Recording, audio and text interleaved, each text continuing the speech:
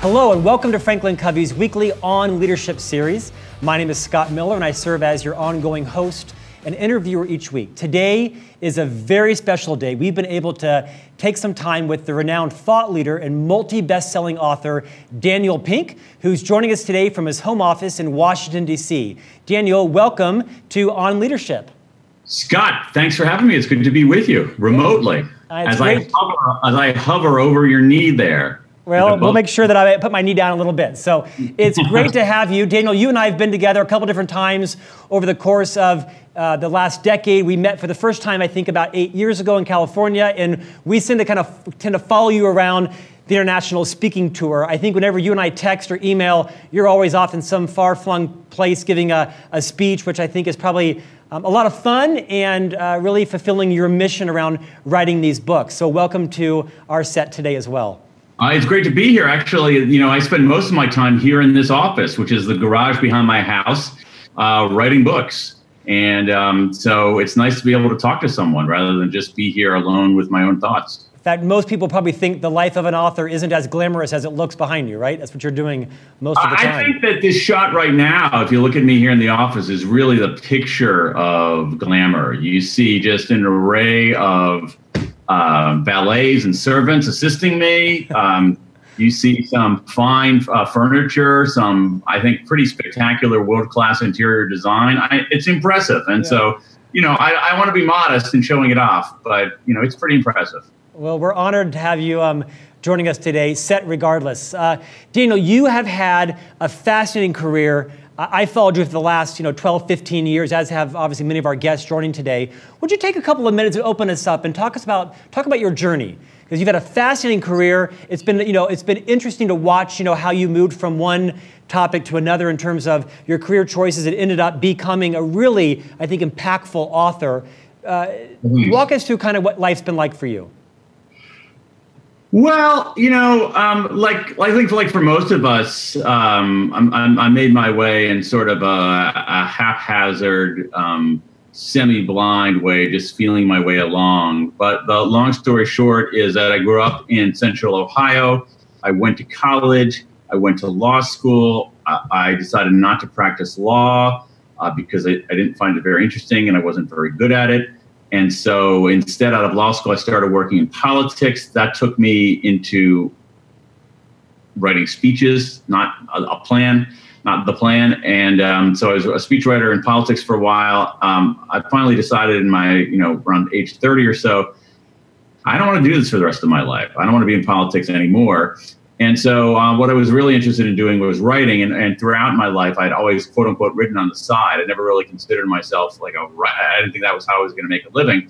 But in my early 30s, I said, hey, let me try to give it a go and see if it works. And that was 20 years ago. And so since then, I've written a total of 6 books on a range of topics, but mostly centered on work.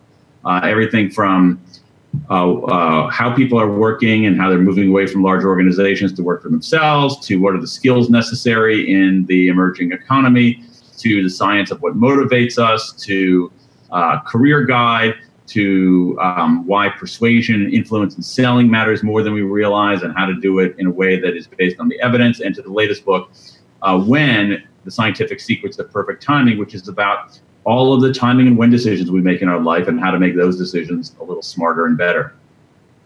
Daniel, I think your career trajectory is, I think, super insightful for a lot of people because I'm guessing in many ways when you were a speechwriter for then Vice President Al Gore, you were writing all day long and you were able to transition into writing about topics of which you're own personally passionate about. What was it like to be a speechwriter for a national leader, and how did you transfer that skill into your current passion and career?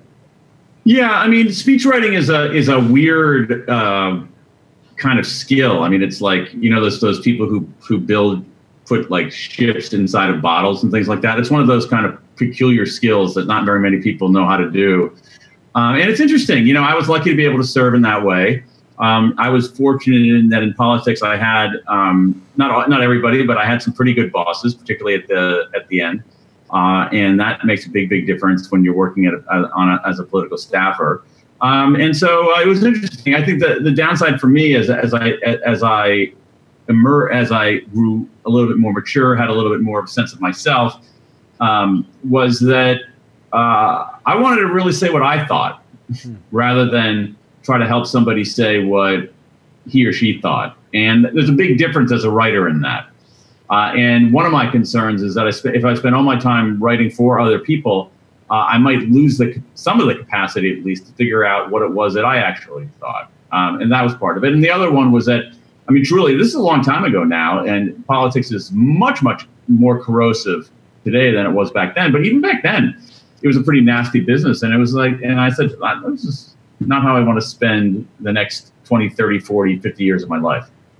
There's an interesting parallel between what you just said and a guest I had previous. We had Stephen M.R. Covey, who is Dr. Covey's eldest son and the author of the famed book, Speed of Trust. And I asked him a similar question, what kind of took you so long to write? And he said, I really didn't have anything to say. I didn't want to just write a book for the purpose of writing a book. I really had to sort of find my own voice. And once I did, I became quite convicted. It sounds like similar for you. Yeah, exactly. That's a great point, Scott. I mean, people find their way at different rates of speed, at different times in their life. And I think what's most important, and I say this to my own kids or to the handful of other young people who might ask me for advice, is try to find your way, but there isn't necessarily a clock ticking all the time. And so, I didn't, and at some level, I'm a big, there's a lot to be said against planning too hard, and more to be said for just figuring out what it is that you do, how you do it, why you do it. Yeah. So for me, as I said before, literally from the time that I was in college, as I mentioned earlier, I was writing on the side. That's a phrase that I always use, writing on the side. So I'd be writing articles and essays and op-eds and things like that. But that was just sort of what I did, in the same way that, some people like fishing or playing backgammon or whatever, long distance running. That's sort of what I did. And it wasn't until, really, like I was a full-fledged adult with a kid that I realized, hey, wait a second, this thing that I've been doing on the side for like 15 years might be the kind of thing that I actually should be doing in the center. Well, I think it was a good bet for you because you can see the set that we've developed, and I was able to pick all the books for the set. And there's only 3 authors that have more than 3 books on the setup here. That's Stephen Covey, Seth Godin, a good friend of mine, and you. 4 of your 6 books are up on the wall. So congrats. I did not realize that. Thank you, Scott. That's awesome. That is, I appreciate your telling me that. That is rarefied company indeed. You have made it. Awesome. You've made it. I put you on the map. So. No, I think that's awesome. I'm not joking around. I think that's great. I think you might have kept me in the writing business for like 2 more weeks.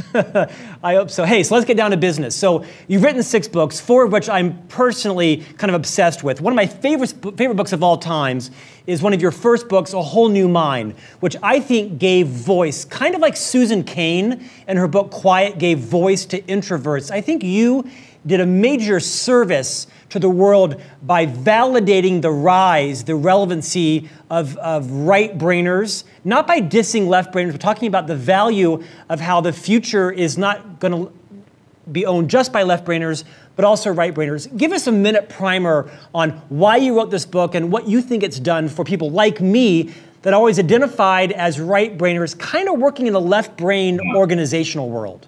Yeah.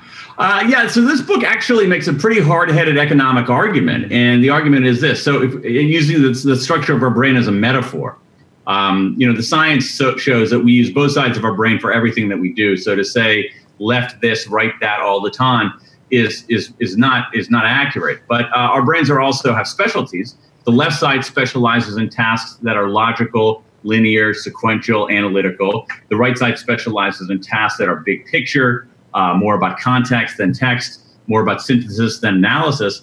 And I thought that offered a really powerful metaphor for where the jobs of the future, the work of the future is going. And the argument in brief is basically this, that it used to be that the sorts of abilities that were metaphorically left brain, logical, linear, sequential, think of them as SAT spreadsheet abilities.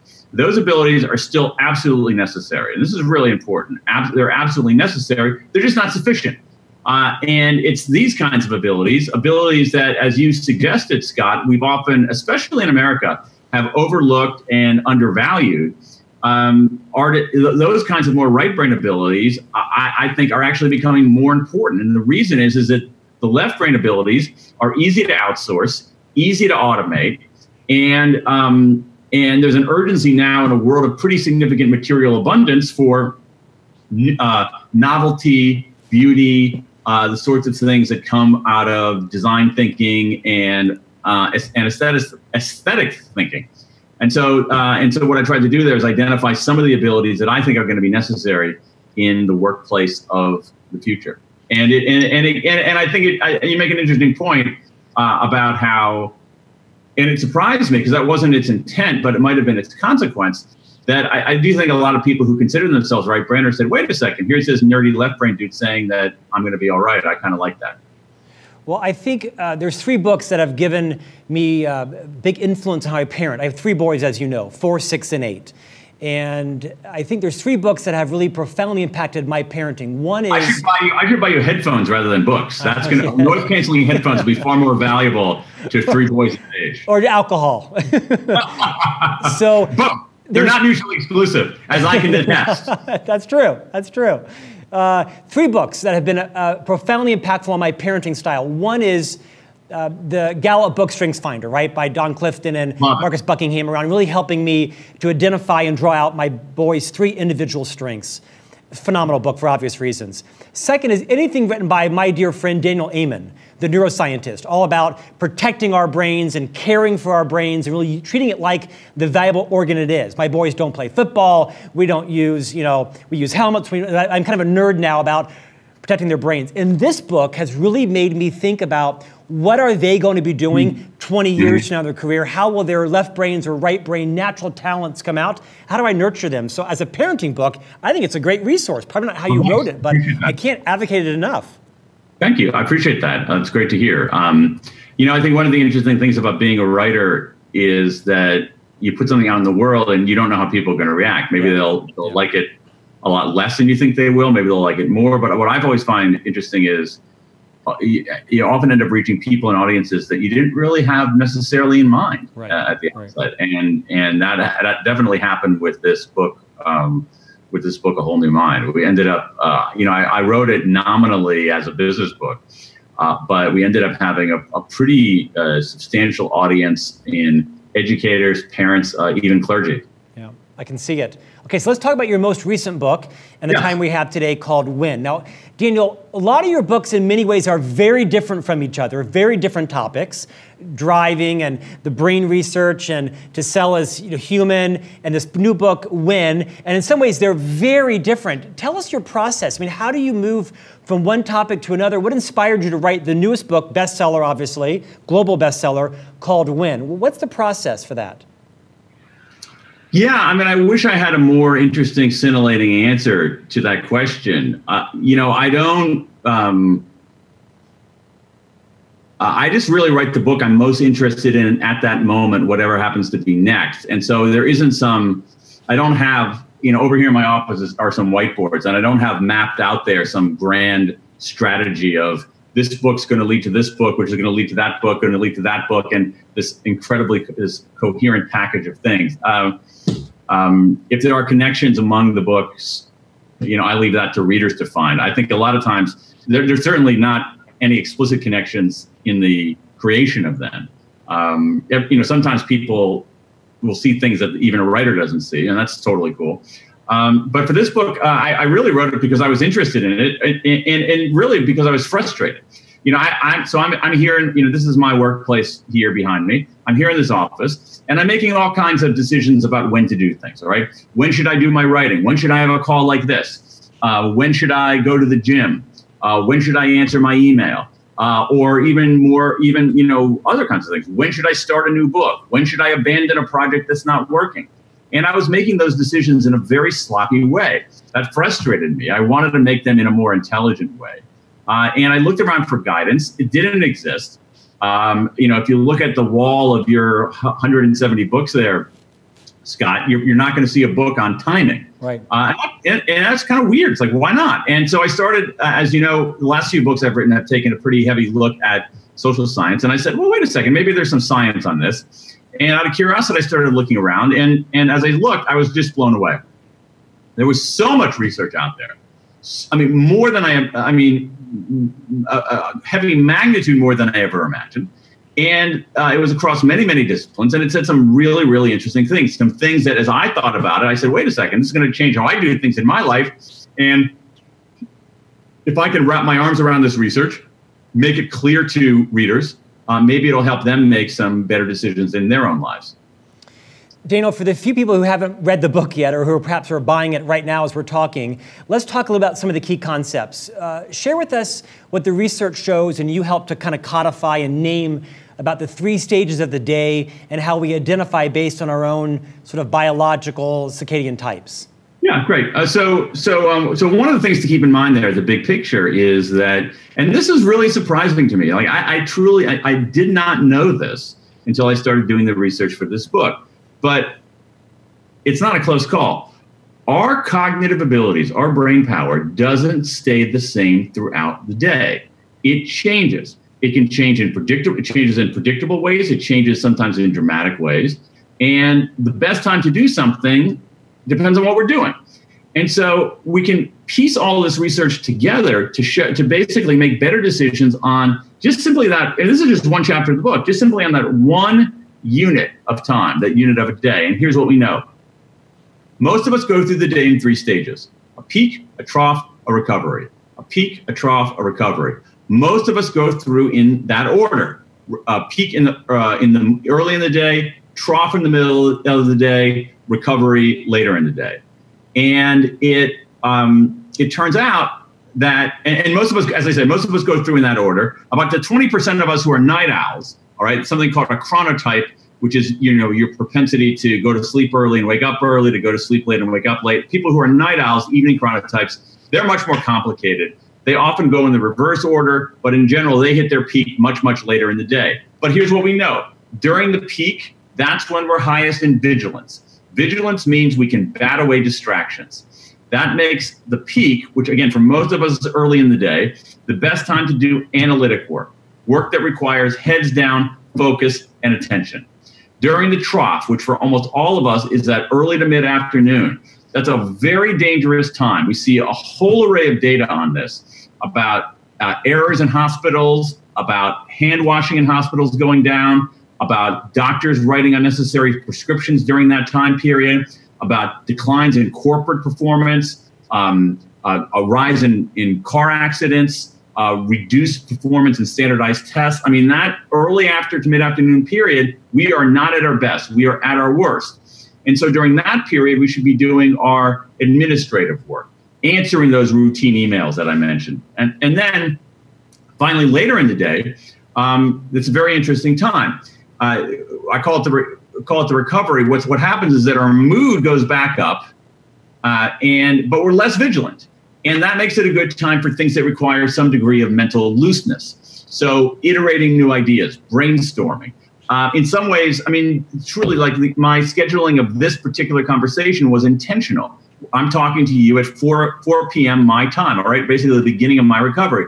I didn't want to have this conversation with you at 2 p.m. Because I knew that I wasn't going to be at my best. And I knew that this, I was hoping at least that you were not going to treat this interview like an investigative reporter, that you didn't have all my tax returns and were looking for unnecessary deductions and trying to trap me in contradictions. Instead, I figured, hey, it'd be typical kind of Scott, where it's like big ideas, let's talk about what this means and how it all works. And so what we should do is, again, circling back, in our peak, analytic work. In the trough, administrative work. In the recovery, what scientists call insight work, creativity, iterative kinds of things. If you're a night owl, what's really important is that you do your analytic work late in the day.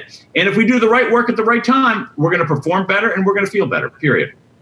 Daniel, I think great business writers, and I have an opinion on that because I read a lot and I write a fair amount myself, have a couple of things in common. I think people like Malcolm Gladwell, Jim Collins, Seth Godin, Daniel Pink, they do something in common. That is, you tend to have an art for naming things that otherwise we knew to be true in our lives, but we couldn't quite identify them.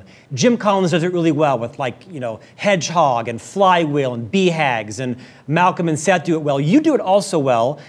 throughout the book, you've named things that otherwise I even didn't have a name for, but kind of knew subconsciously happened. You have this concept that you call larks, owls, and third birds. Will you take a minute and talk about what those have in common or how they're different, and how we can identify which are we? Yeah, great. So larks and owls, that's actually not, that's been used forever. That's not anything that I made up. It basically is a shorthanded way to talk about people's chronotypes, which again is, are you an early person or a late person? And what we know that about 15% of the population are larks. We know about 20% of the population are owls. But we also know about 2/3 of the population are in between, and I call those third birds. And your chronotype is the initial thing you have to figure out in order to figure out how to do the right work at the right time. There's an instrument, a scientifically validated instrument online called the Munich Chronotype Questionnaire that people can use to determine their chronotype. There's also a very easy back of the envelope way to do it. In fact, I could do it with you, Scott, right now. I could figure out your chronotype or have a good guess of it in probably 35 seconds if you're interested. Try me. Okay, so here's what I want you to think about. This is an important concept in chronobiology, which is, there's a whole field called chronobiology, chrono meaning time, biology, study of life, about various kinds of daily and other kinds of time-based rhythms. The guys who won the Nobel Prize in Medicine in 2017, Americans, were chronobiologists. And so chronobiologists refer to something as something called a free day. I want you to think about what's called a free day. A free day is a day you don't have to wake up to an alarm clock, and you're not massively sleep deprived. Okay, so you don't have to wake up to an alarm clock. You're not massively sleep deprived. So on a typical free day, when would you go to sleep? Like, you have a free day, and the next day, when would you typically go to sleep? 10 o'clock. Oh, okay, 10 o'clock. And then when would you typically wake up? 5:36. Okay, let's call it 6. Okay? So what we're doing here is we're figuring out your midpoint of sleep. And your midpoint of sleep, if you go to sleep at 10 and wake up at 6 on a free day, you do this on a free day, okay? Right. Would be 2 a.m. All right. So you, my friend, are a serious lark. Yes. What we know is that if your midpoint of sleep is before 3:30, you're probably a lark. If your midpoint of sleep is after 5:30, you're probably an owl. And if it's between 3:30 and 5:30, which is most of us, you're in the middle. You're a third bird. So you're a lark. Does that make sense to you? I mean, it's not even a close call. Yeah. So you're the kind of person. So for you, it's basically peak trough recovery. Yeah. You should be doing your analytic work in the morning, and probably somewhat early in the morning, earlier than somebody like me. I'm in the middle. I'm larky. So my midpoint of sleep would be typically around 4 a.m.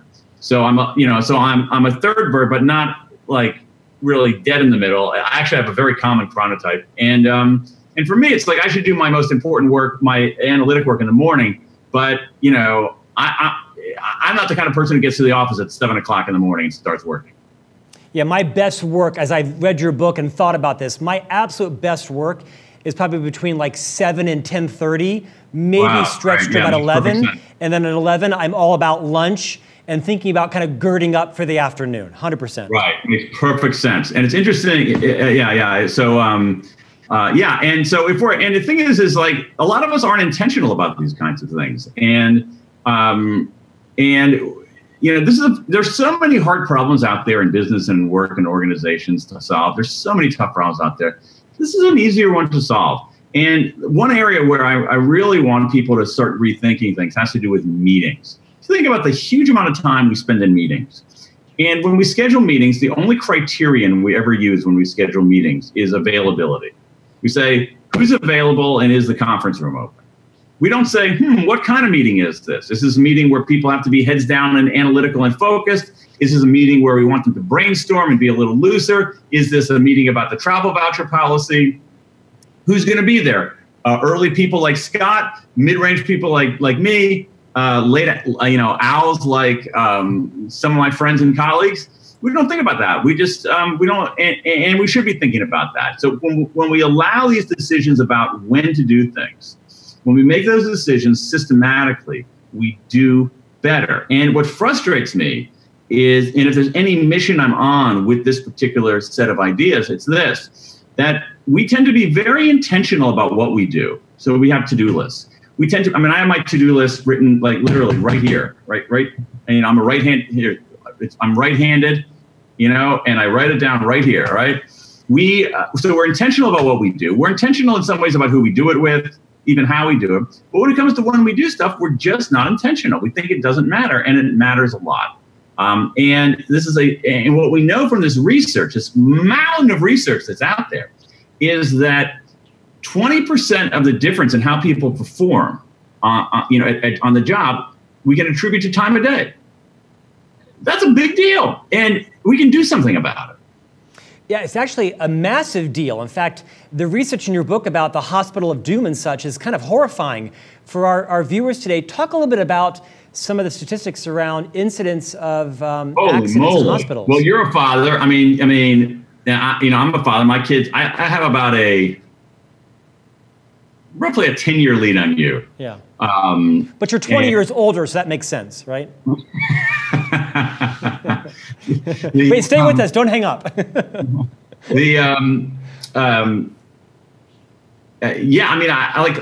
Seriously, Scott, in my family, we do not no one is permitted to have an important doctor appointment or if they have to go to the hospital for something discretionary in the afternoon, period, full stop. Wow. It is not allowed. And the reason, the evidence here is overwhelming. Just overwhelming. So if you look at anesthesia errors are 4 times more likely at 3 p.m. than at 9 a.m. If you look at colonoscopies, doctors find half as many polyps in afternoon exams as they do in morning exams. Hand washing in hospitals goes down markedly in the afternoons. Doctors far more likely to prescribe unnecessary antibiotics in afternoon appointments versus morning appointments. It is just, the evidence is overwhelming that there's a problem in medical care in the afternoons. And so if you can avoid it, it is worth doing that. Now, if you have just a routine medical appointment, you're getting your teeth cleaned. It's not as urgent, but so I'll get my teeth cleaned at 2:00 in the afternoon because that's when I'm at my worst. So I might as well just sit in the chair and be tortured. Mm-hmm. But one of our daughters, our 19-year-old, needs to have her wisdom teeth taken out. She's going to have general anesthesia. There is no way on God's green earth she's going into anything but an early morning appointment. And Daniel, in your book, you talk about how it isn't unique just for the industry. You talked about the judicial industry, financial industry. Talk about the paroles as well. Oh my gosh! If you look at jury and judicial decision making, it's unbelievable. So there's one study there. It's very there are a lot of troubling studies. So there's one study where they simulated a jury and they gave the jurors a common set of facts. Okay, so you say you need to assess the guilt of this criminal defendant, and they gave 2 groups of people the same set of facts. The only thing that was different was in the first group, the defendant's name was Robert Garner, and in the second group, the defendant's name was Roberto Garcia. And so when the jurors deliberated in the morning, they made the same decisions about these defendants. But when they deliberated in the afternoon, the jurors were more likely to exonerate Garner and convict Garcia on the same set of facts. So again, our cognitive abilities aren't the same. And so when there's this decrement to our cognitive abilities, we're hasty, we're lazy, we take shortcuts, we don't deliberate, and we can make different and often worse decisions. There's a famous study out of Israel about judges making parole decisions. Huge differences based on time of day and whether a judge grants parole or not. And so, you have literally it's 5-6x difference if your parole hearing is first thing in the morning or immediately after a judge's break. The difference in many cases, between having a parole hearing right before the judge has her break and right after the judge has her break. Okay. That's probably a 7-to-1 difference. In one case, before the break, you have about a 10% chance of getting parole. After the break, you had about a 70% chance of getting parole. So again, there are these, time is at some level invisible, right? Time is an abstract notion.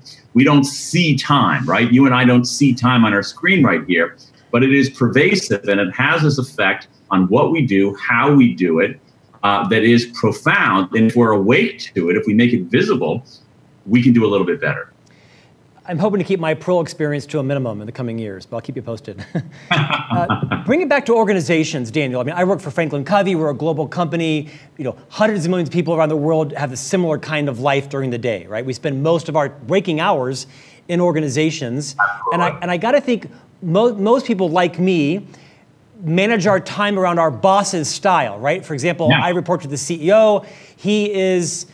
He's kind of all three. I mean, he sleeps probably 4 to 5 hours a night.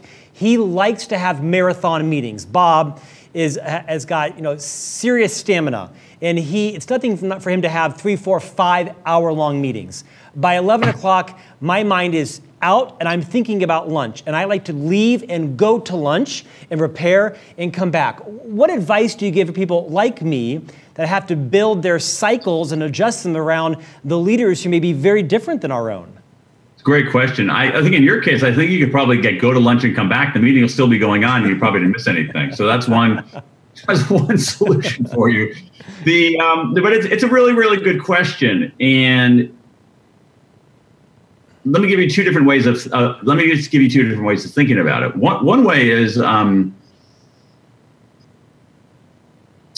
let me start with a more tactical approach. I think in that kind of case, it's important to recognize when you are at your best, and to know that. And if you have to go to a meeting or something like that, when you're not at your best, to take some affirmative steps to mitigate some of the downdrafts. So let's say that you, Scott, have to do a meeting at 2. All right. So first of all, your organization should not be having important meetings at 2. You can have meetings about, unless there's a crisis, you're going to have meetings about like administrative stuff at 2. But in general, don't have meetings on important stuff at 2. But let's just say that word hasn't gotten out yet. So it's 2 o'clock. So here's what I would do, Scott. I would think hard in advance of that meeting. So maybe at 7:30 in the morning, as you anticipate that 2 o'clock meeting, in your office, sit down for 15 minutes, think about what you want to accomplish at that meeting, what, if anything, you need to say, what questions you might need to ask, what facts you might need to find, what commitments you might need to secure from the people there. Like very seriously, like write down that stuff. Like what are you trying to accomplish at that meeting? And then actually sort of fashion it into like a mini checklist. One of the things that has averted some of the problem with the time-based issues in medical care is checklists. Checklists are, Atul Gawande wrote a terrific book about this. It ends up being one of the remedies for some of the problems in hospitals. So make your checklist of what you need to accomplish during your peak time. That way, when you're in the meeting, you can rely on that and not have to rely on your hazy memory. The other thing that I would recommend you do before that 2 o'clock meeting, Scott the Lark, is to take a walk around the block. You can take a walk outside. There's some great research on the restorative effects, replenishing effects of movement, of nature. Take a walk around the block. There's some good research on the restorative effects of doing a good deed for somebody. So take a walk around the block and come back and like bring a box of cookies for other people in the office or something like that. And so take those kinds of affirmative steps. Have your checklist and take a break, what we know to be a replenishing break right before that. That's the tactical answer. The other side of it is that I think that I put the onus more on leaders than on the individuals. Because, I think that what leaders have to do is be strategic about when they do things in an organization. And the leaders themselves have to recognize that all times are not created equal, that all people don't have the same kind of chronotype, that people are better at certain times of day. And at some level, I don't like how I recognize the reality of it, but part of me wants to push back. We always talk about when there's this mismatch between the individuals and the organization, we want to say, well, what can the individuals do to adapt? And for me, it's like, well, wait a second. Maybe some of that should be on the organization to be more adaptable itself and be more accommodating for the talented people who work there. Well said, Daniel. I think as a leader, I can influence the meetings that I have. Since reading your book, I'm much more mindful now of sort of tackling the harder topics in the morning. I'm at my best, I'm least fatigued, I'm most creative, I'm probably most collaborative, quite frankly. Interesting, yeah. So I'm trying to kind of portion my day between certain things in the morning and other things necessary in the afternoon. You also share in your book, I think. The other thing about that, Scott, if I can add one thing to that, is like that's awesome. And as a leader, now you're going to have people on your team who are owls. And so I fired them. You don't want to put them in an 8 a.m. meeting. And you want to allow them to do the kind of heads down focus work that you're able to do at 7 in the morning. You want to free them up at like 5 or 6 or whatever and let them do their thing then. And, not drag them into 8 a.m. meetings unless it's absolutely necessary, and not freak out if they're not at their desk at 9:15. Daniel, to accommodate those, says easy, does hard, do you find that there's sort of a middle area where most professionals can be at their peak? Is there a sweet spot, like 10 to 11 or something? It varies. Here's the thing, Scott. Yes and no, because, again, at some level, the entire world of work, particularly the corporate world, is not fit for owls, all right? And so it's really fit for the 80% of us. And so, in general, 80% of us are moving through the day peak trough recovery. And so there's a very strong argument for protecting people's time to do heads down work in general in the morning. And then distributing the nonsense to the early afternoon, and then in the sort of late afternoon and early evening, doing more of the stuff that involves iteration and collaboration. I think as a general rule of thumb, you're going to get most people that way. What that does, though, is it disadvantages the owls. But I think the important thing is just to simply have that conversation, because that conversation in general is not going on inside of most companies. Yeah, I think we're just not taking these when questions seriously enough. And, it's frustrating because it's wrong-headed. It's frustrating to me because it's an easy win, man. This is not, I just feel like, as I said before, there's so many tough problems out there. And this one we can actually do something about. I think in many ways your book, like your previous books, you've given us sort of permission to take control of managing our time during the day based on our own cycles, our own passions. A couple more thoughts I want to talk about. One is you uncover or kind of talk about some unconventional wisdom around coffee and water and exercise in the morning. Touch on that. I was interested to hear your points of view around first morning routines and what's best for our bodies. Yeah, it's interesting. There's some really interesting science on this. And I started changing. It's have a drink of water, have a glass of water first thing in the morning. That's one of the best things that you can do. It turns out we're massively dehydrated overnight, and most of us don't realize that. You mentioned, Daniel, how often do you go 8 hours during the day without consuming some liquids? Why would you go further after waking up? Right. That's actually really and again, that's not the kind of thing. It's like, oh, I'm not a boss of an organization. I'm not the CEO. I can't do that. Like, yeah, you can do that. Right. The other thing is interesting research on coffee consumption, particularly in the morning. In general, it seems that having coffee right when you wake up is not the best idea in the world. The reason for that is that when we first wake up, we start producing a stress hormone known as cortisol. It's actually one of the things that wakes us up. And caffeine interferes with the production of cortisol. So what we're better off doing is waiting for our cortisol levels to peak, which takes maybe about an hour after awakening. And when they start dropping, then hit it with coffee. Coffee seems to be a little bit more effective an hour and a half after we wake up than right away. And as for exercise, here I think the research yields some very, very clear guidance on time of day and exercise. It really depends on your goals. Morning exercise tends to be better for habit formation. It tends to be better for weight loss, if that's what your goal is. It also, morning exercise provides an enduring mood boost.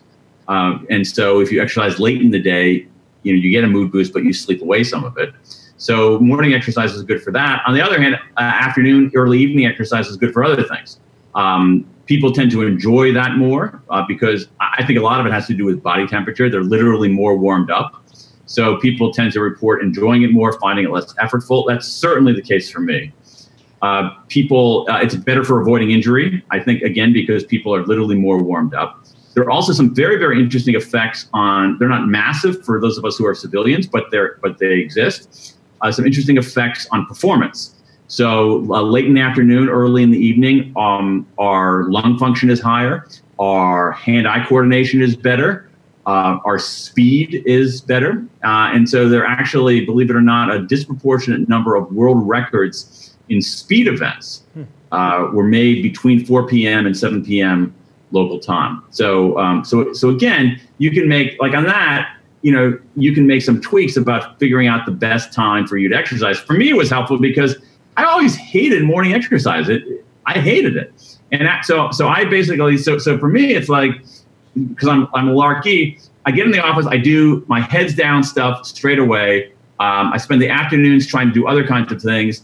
And then in the late afternoon and early evening, I try to do the exercise because that's the time that it feels less painful to me. I can relate because as a lark, I can't work out in the morning because my mind is so focused on creativity, wanting to solve problems. I want to call people and email and get things going. In the afternoon for me, my creative energy is gone, and now I can use the evening workout to kind of work through some of my stress or pressure. My mind is kind of relaxing in the evening. Right. And again, it's like, this isn't one size fits all. So other people are going to have different, other people love that mood boost that they get from that early morning exercise. They exercise in the morning, they've gotten it done. They know they're not going to get interrupted later in the day. Yeah. They have a mood boost that lasts throughout the day. Again, I think what's important here what's important is this concept of intentionality. We need to be intentional about these kinds of things. And when it comes to timing decisions, we're often not intentional. We default into our decisions, or we think that they don't matter. And then they do matter. The evidence is there. And if we're intentional about when we do things, we are going to do better and feel better. Daniel, kind of some final thoughts here as our time ends. The book, Win, is mainly focused on kind of mastering your day, right? Your daily energy and cycles and such. But you also talk about longer periods of time in life. You talk about slump points, which I found fascinating. I just turned 50 a month ago. Talk about some of the research around slump points and peak points in life. Well, again, I mean, the day is just it's really just one facet of the book, because a lot of our lives are episodic. Like careers, relationships, jobs, whatever, are a series of episodes. And so I've got a chapter on beginnings, how beginnings affect us, how midpoints affect us, how endings affect us, how groups synchronize in time. So timing and timing have a very, very wide scope here. But what you're referring to is some of the research on midpoints. And it's fascinating. Midpoints have a dual effect. When we hit the middle of something, sometimes it drags us down, other times it fires us up. So what you see is that around people your age and my age, you see a sag in well-being. It's like if you think about well-being on the vertical axis and age on the horizontal axis, you see over time, you see this U-shaped curve of well-being. There's not a midlife crisis, but there's a little bit of a slump there in the middle around our age. On the other hand, you see other evidence with teams showing that if you give a team a certain X amount of time to do a project, during the first half of time, they won't do anything and they won't get started until the exact midpoint. So there's some really, really interesting effects on our behavior of these various stages of our episodes. Beginnings exert one effect, endings exert another effect, and the midpoint stuff is really, really interesting. Sometimes, as I said, sometimes they fire us up, other times they drag us down, and simply being aware of midpoints can help you navigate them more effectively. I don't think prior to reading your book, I had named those myself, so I didn't always know this is why this is happening. This is why I feel like I'm in a slump, in my day, in my month, in my life for that matter. That helped a lot. Hey, so what are you working on next? You're a pretty prolific writer, one of the most prolific out right now in the business world. What's next on your horizon? I'm not sure yet. I'm working through a bunch of working through a bunch of ideas. I don't feel a strong need to rush it. I mean, writing a book is a pretty significant undertaking. I spent a couple of years on it. I spent a lot of time in the research, and you live with it for a very long time. So I only want to pick stuff that I myself am really, really, really, really interested in, and that's a fairly high bar. It's a fairly high bar. It's like if you want to write an article about something, yeah, that's fine. There are a lot of great stuff to write articles about. When it comes to the commitment of a book, though, I have a very, very high bar. So I have in the past, I have written entire book proposals that I've thrown out because I wasn't committed to the idea, or I didn't think the idea was good enough. So I'm figuring out what, if anything, will scale that high bar. So who's influencing you? What books are you reading, and who are you finding to be kind of cutting edge right now as you look at research? There's so much good stuff out there. It's crazy. There's so much good stuff out there. Some of it is on your wall there, like right behind you. I see the book on your left shoulder. I see Switch, which was a great book. I also really love the Heath brothers' Decisive. Yeah. You've got what's the book over there? The Harry orbiting the giant hairball. Orbiting orbiting the giant hairball. Oh my gosh, it's an excellent book. That is a classic book that everybody should read. I have really liked recently. There's a really good business narrative called Bad Blood about the Theranos scandal, which I found just a riveting read. Yeah. I, like many other people, I liked the book. I liked the book Sapiens. Yes. So that was a really, really interesting book. Yeah. As an introverted person, I love Susan Cain's Quiet. Mm-hmm. You see 7 Habits of Highly Effective People. So 7 Habits is classic.